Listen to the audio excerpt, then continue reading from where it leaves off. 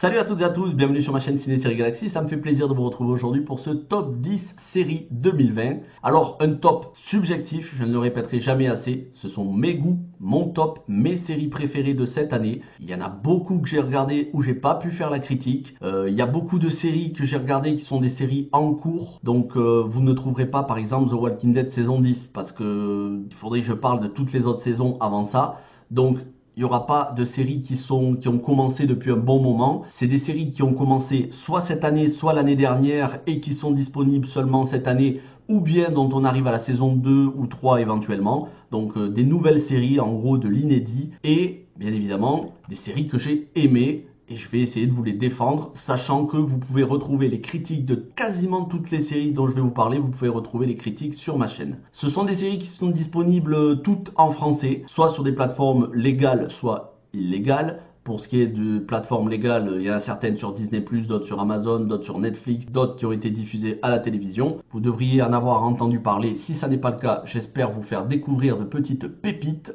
Et maintenant, on passe à la vidéo. Et comme celle d'hier et comme celle de demain, c'est en voix off. Vous pouvez écouter ça comme un podcast. Il y aura l'affiche de la série et une image de la série pour donner en gros un fond d'écran. Mais sinon, ce sera en audio, donc vous pouvez l'écouter et faire autre chose en même temps. Pas obligé de rester devant votre écran. En tout cas, j'espère que vous apprécierez. Merci à tous ceux qui iront jusqu'au bout de la vidéo. N'hésitez pas dans le commentaire à me donner votre top 10 de l'année, top 10, top 5, top 3 ou votre série préférée tout simplement. Et moi, je vous dis bon visionnage et on se retrouve demain pour le top de la décennie, top film de la décennie. Et on commence avec la numéro 10, Survive, une mini-série dont vous pouvez retrouver la critique sur ma chaîne avec Sophie Turner et Corey Hawkins, très beau casting. Il s'agit d'une série de la plateforme Quibi, spécialisée dans les séries courtes, avec des épisodes qui sont assez courts. Et là, on a 10 épisodes d'environ 10 minutes chacun. En gros, on en a pour entre 1h30 et 2 heures pour faire la série complète. À de quoi ça parle? Un crash aérien, d'abord une fille qui est suicidaire. Elle va se retrouver dans le même hélicoptère qu'un homme qui doit rentrer chez lui. Et ils vont se cracher, ce sera les deux seuls survivants et elle va trouver la force de se battre et elle va retrouver le goût à la vie. Si vous avez vu le film La montagne entre nous avec Kate Winslet et Idris Elba, c'est à peu près la même chose, sauf que c'est tiré de deux romans différents. La montagne entre nous, c'est tiré d'un roman et Survive d'un autre roman. Ils se ressemblent étrangement, sauf que cette série est beaucoup plus axée sur la psychologie, d'abord suicidaire et ensuite sur le retour, retrouver la force de vivre du personnage de Sophie Turner, une très belle série qui se regarde assez rapidement. Je crois que c'est la seule série de mon top qui est en VOST. Pour le reste, c'est tout en français. Passons maintenant à la numéro 9. C'est une série norvégienne qui est sortie sur Netflix en début d'année, le 31 janvier. Il s'agit de la série Ragnarok qui revisite l'histoire de Thor et de la mythologie nordique. Le Ragnarok, c'est la fin du monde et la renaissance dans la mythologie nordique. Bon, là aussi, j'ai fait la critique sur la chaîne. C'est une critique qui a pas mal marché, donc je pense que si vous êtes abonné, vous avez dû probablement regarder la vidéo.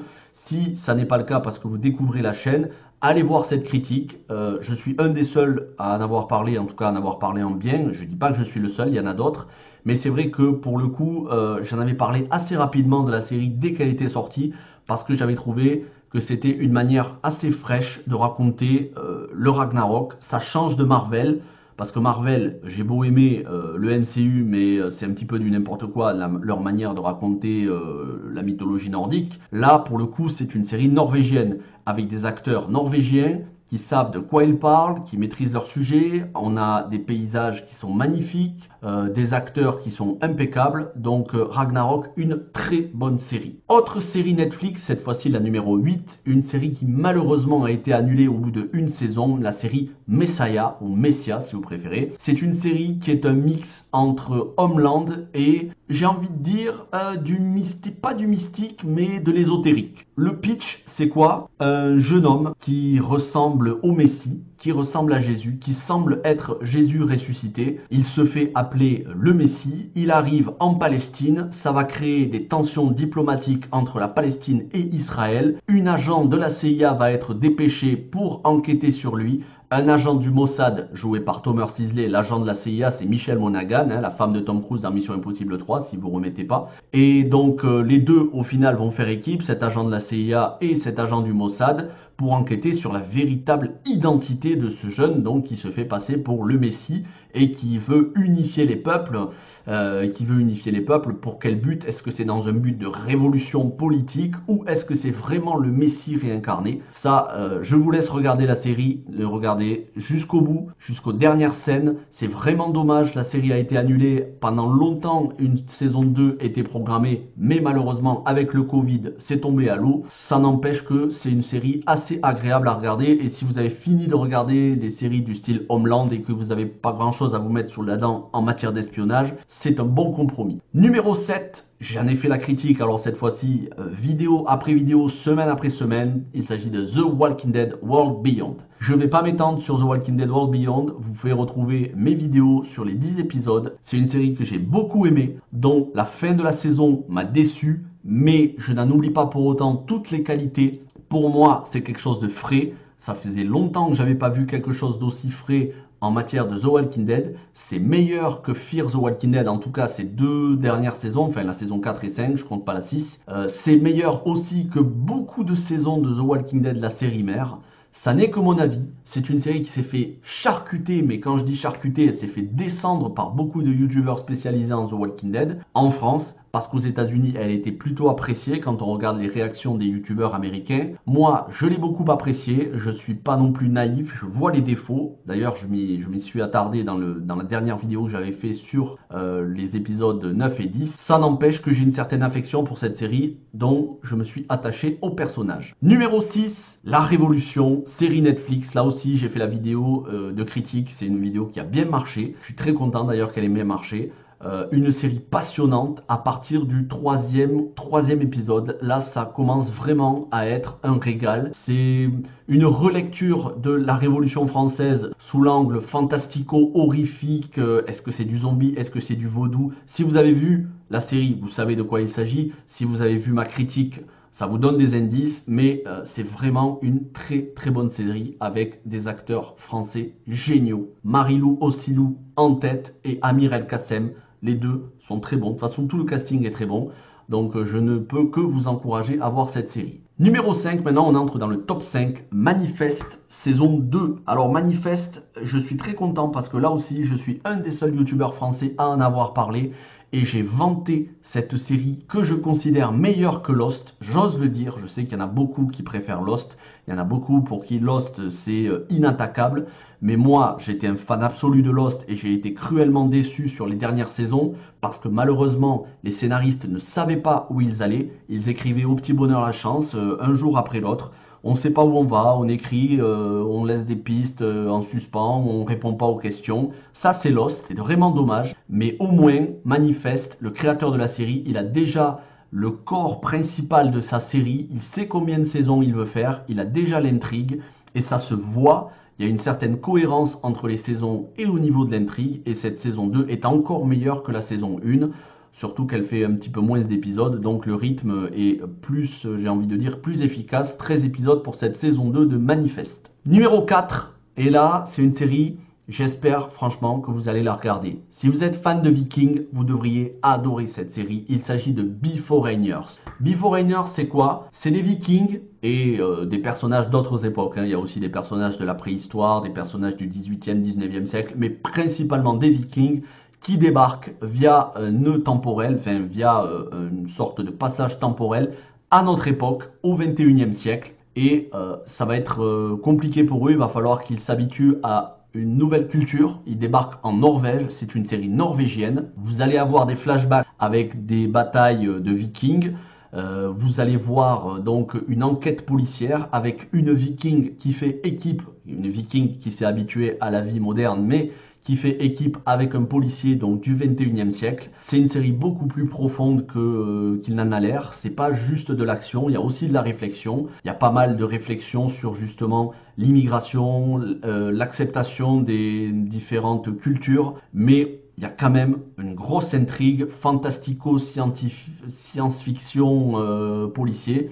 C'est vraiment un régal. Et c'est une série HBO. HBO nordique, mais HBO quand même. Donc c'est de la qualité, je peux vous le dire. Top 3. Là, une série dont je n'ai pas encore fait la critique. J'ai prévu de la faire. Vous l'aurez normalement soit au janvier, soit février. Lincolnheim à la poursuite du Bone Collector. Si vous connaissez le film de Philip Noyce avec Angelina Jolie et Denzel Washington, vous connaissez l'histoire du Bone Collector. Donc cet enquêteur hors pair qui, à la suite d'une course-poursuite avec un tueur en série qui se fait appeler le Bone Collector, finit paralysé et qui va, depuis son lit d'hôpital, guider une policière très douée pour traquer le Bone Collector. Eh bien, la série, c'est exactement la même chose, sauf que la série est supérieure au film, de par son rythme, de par ses acteurs. Oui, j'ose dire que les acteurs sont encore meilleurs que dans le film. J'aime beaucoup Angelina Jolie et Denzel Washington, mais je dois reconnaître que Ariel Kebel, qui joue le rôle d'Angelina Jolie, Ariel Kebel est juste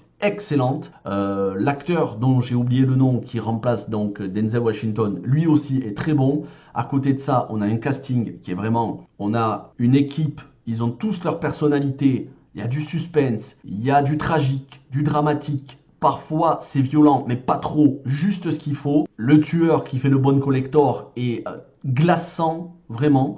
Donc une excellente série qui malheureusement a été annulée, mais c'est pas grave parce que c'était une série qui allait être anthologique, c'est-à-dire une saison, une intrigue. Et donc l'intrigue de cette première saison trouve sa conclusion dans le dernier épisode et ne vous laissera pas frustré. Numéro 2, là j'ai été le premier à faire la critique de cette série sur le YouTube français. Je suis très content et je suis content de l'avoir fait découvrir à d'autres. Il s'agit de Mythic Quest, le festin du corbeau, une série sur Apple TV+. Alors c'est une série spéciale. Déjà, c'est une série qui est produite par Ubisoft. C'est une série pour les gamers, mais pas seulement, mais surtout pour les gamers. En gros, si vous connaissez pas trop les jeux vidéo, vous allez être perdu. Parce que ça parle absolument de toutes les étapes de développement d'un MMORPG de style World of Warcraft ou autre. Et c'est vraiment un régal pour ceux qui s'y connaissent un peu. Pour les geeks, c'est un pur bonheur. C'est un délice de chaque instant. C'est une série comico-dramatique par les créateurs de Philadelphia, la série Philadelphia. Et vous allez avoir des festivals du style Comic-Con, vous allez avoir les différentes étapes et les bêta-tests pour les MMORPG. Vous allez avoir les influenceurs, par exemple sur Twitch ou YouTube ou autres. Bref, tout l'univers du jeu vidéo des geeks, c'est vraiment un pur délice. Au niveau de l'humour, c'est caustique, c'est même parfois de l'humour noir. Et c'est aussi touchant, il y a certains épisodes qui sont touchants. Donc Mythic Quest, une série bien meilleure que ce que peut laisser paraître son affiche ou son titre. C'est pas du tout de la parodie. Et c'est une série qui est passée totalement inaperçue. Encore une injustice, mais bon, c'est comme ça. Malheureusement, j'espère pouvoir vous faire découvrir cette série qui vraiment mérite le coup d'œil. 9 épisodes de 30 minutes. Franchement, en moins de 5 heures, vous la regardez en entier. C'est 4h30, impeccable. Et la numéro 1, vous vous en doutez, hein, j'ai fait une critique semaine après semaine. The Mandalorian saison 2, c'était la numéro 1 l'année dernière, c'est la numéro 1 cette année, parce que cette année est encore supérieure à celle de l'année dernière.